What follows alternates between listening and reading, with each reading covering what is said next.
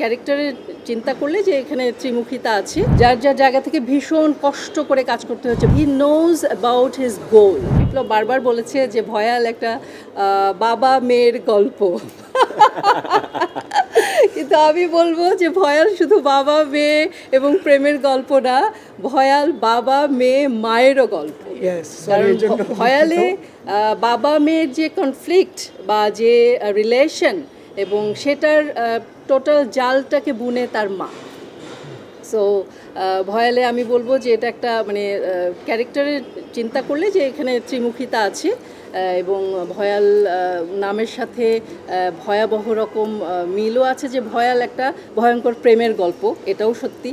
এবং এর ভিতরে নানা রকম ব্যাপার আছে, যেটা হয় একটা ছবি তো আসলে সব রকম মিলেই হয়, সেখানে প্রেম থাকবে, নানা রকম উত্থান পতন থাকবে, ভালোবাসা তো আছেই।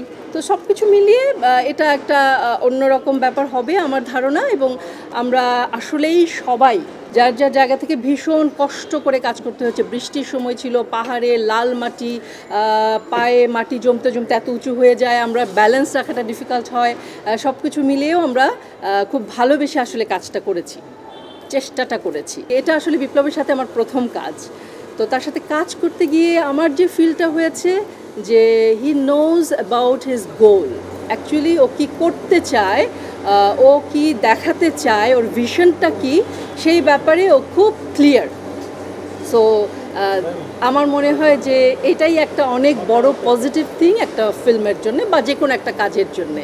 তো আমি বিপ্লবের জন্যে অনেক অনেক শুভকামনা করছি এবং আমি চাইবো আপনাদের কাছ থেকেও শুভকামনা, এবং আমাদের ফিল্মটা যাতে সবার ঘরে ঘরে পৌঁছে যায়, সবার মাথার মধ্যে পৌঁছে যায়, সেই ব্যবস্থাটা বা সেই দায়িত্বটা আপনারা নেবেন।